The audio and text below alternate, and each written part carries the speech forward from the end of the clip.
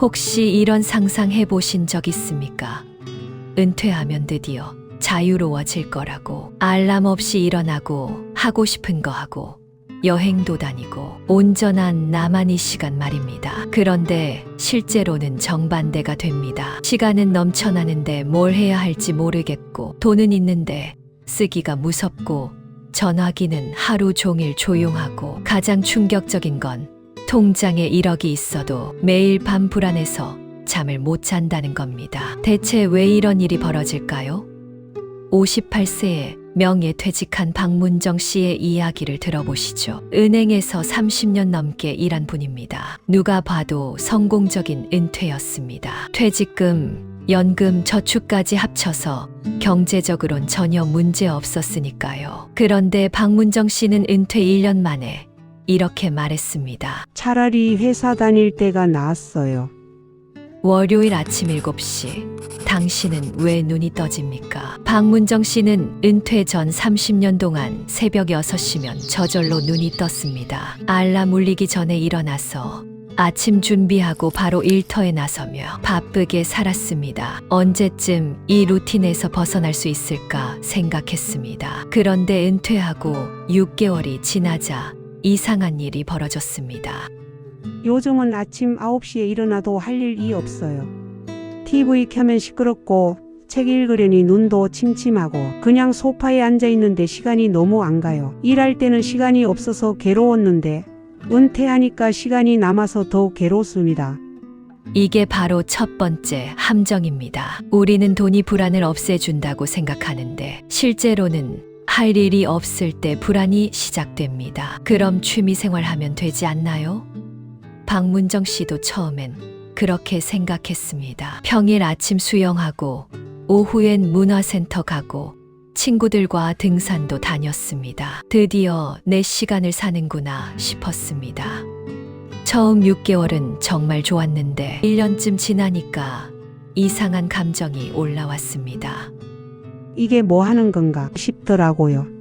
수영도 하고 영화도 보고 맛집도 다니는데 왜 이렇게 허전한지, 뭔가 빠진 것 같은데 뭔지 모르겠어요. 왜 그럴까요?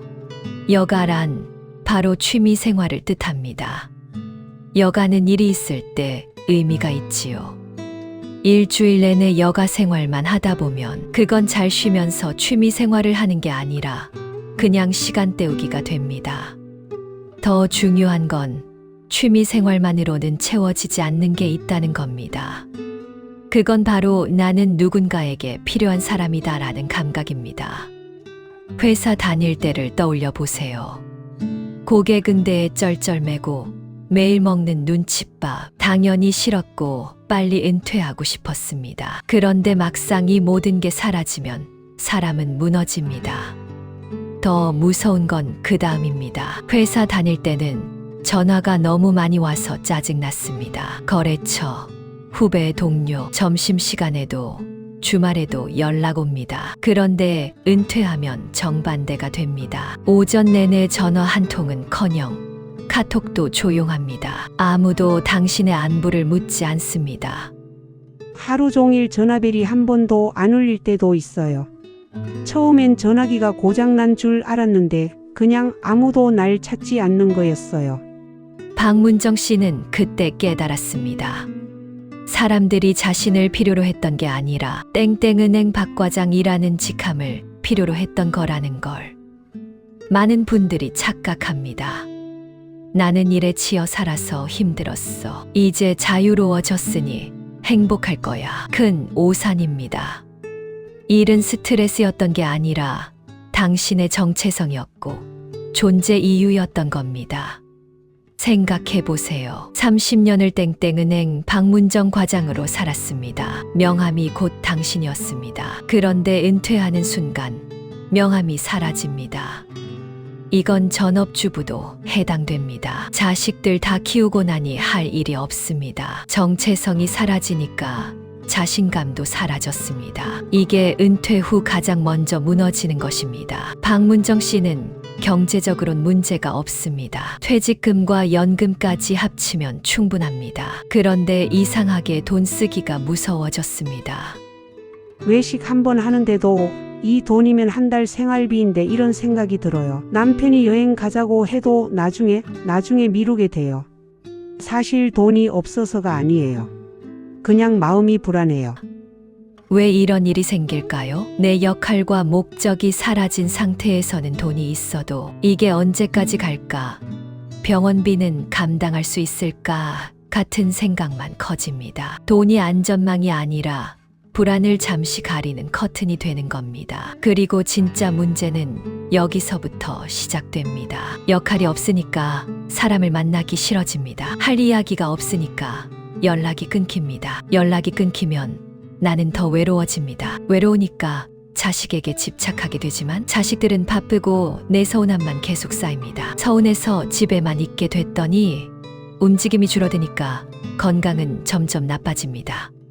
이게 바로 은퇴 후 무너지는 악순환의 정확한 경로입니다. 박문정 씨는 이제 매일 집에만 있습니다. 아침에 일어나도 할 일이 없습니다. 점점 움직임이 줄어들고 병원 갈 일만 늘어납니다. 통장 잔고는 그대로인데 삶의 질은 계속 떨어지고 있습니다. 많은 분들이 묻습니다. 그래서 돈은 얼마나 있어야 돼요?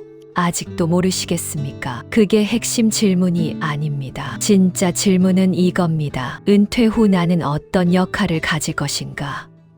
이걸 준비하지 않고 은퇴하면 통장에 10억이 있어도 매일 불안합니다. 반대로 이걸 제대로 준비하면 연금이 적어도 훨씬 더 단단하게 살 수 있습니다. 박문정 씨가 1년 만에 깨달은 진실이 있습니다. 노후가 무서운 이유는 가난해서가 아니라 쓸모없어질까 봐입니다. 많은 은퇴자들이 시간이 꽤 지난 뒤에야 공통으로 하는 말이 하나 있습니다. 그때 이 선택을 조금만 빨리 했더라면 어땠을까? 여기서 말하는 선택은 투자도 아니고 집도 아니고 자식 문제도 아닙니다. 바로 은퇴 후에도 내가 어디에 속해 있는 사람인지에 대한 선택입니다. 대부분의 사람은 은퇴와 동시에 모든 걸 내려놓으려고 합니다. 이제 쉬어도 된다고, 그동안 고생했으니 아무것도 안 해도 된다고 스스로에게 허락합니다. 물론 쉬는 건 필요합니다. 문제는 쉬는 시간이 길어질수록 사람은 점점 자기 자신을 설명하기 어려워진다는 겁니다. 누가 요즘 뭐 하세요라고 물으면 대답이 막힙니다. 그냥 쉰다고 말하면서도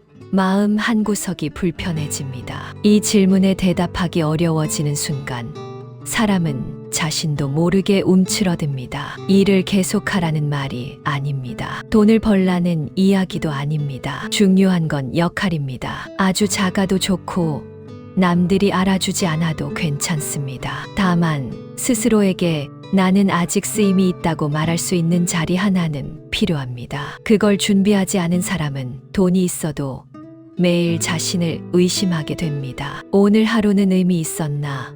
나는 지금 누구에게 필요한 사람인가? 이런 질문이 반복되면 불안은 사라지지 않습니다. 반대로 은퇴 후에도 비교적 편안해 보이는 사람들의 공통점이 있습니다. 그 사람들은 거창하지 않습니다. 주 몇 번 나가는 자리, 누군가와 약속된 시간, 기다리는 사람이 있는 공간이 있습니다. 그게 봉사든 소모임이든 취미든 작은 일이든 상관없습니다. 중요한 건 그 자리가 돈으로 평가되지 않는다는 점입니다.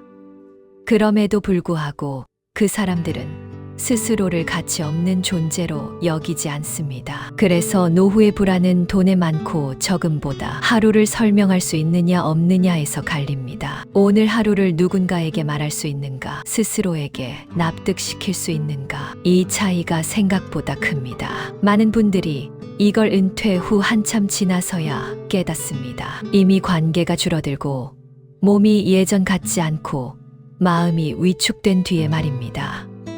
그래서 이 이야기가 불편하게 느껴질 수도 있습니다. 하지만 불편하다는 건 이미 마음 어딘가에서 이 질문을 하고 있었다는 뜻이기도 합니다. 나는 내일을 기다릴 이유가 있는 사람인가? 이 질문에 바로 답이 나오지 않아도 괜찮습니다. 답을 찾기 시작하는 순간부터 노후의 불안은 이미 다른 방향으로 움직이기 시작합니다. 그리고 이미 이 영상을 끝까지 본 당신은 준비를 시작한 겁니다. 혹시 당신은 이 나이에 가장 불안한 게 무엇인지 댓글창에 조용히 한 줄로 남겨주셔도 좋겠습니다. 누군가의 이야기가 또 다른 누군가에게는 큰 위로가 될 수 있으니까요. 우리는 혼자가 아닙니다. 함께 남은 인생 즐겁게 잘 살아가 봅시다.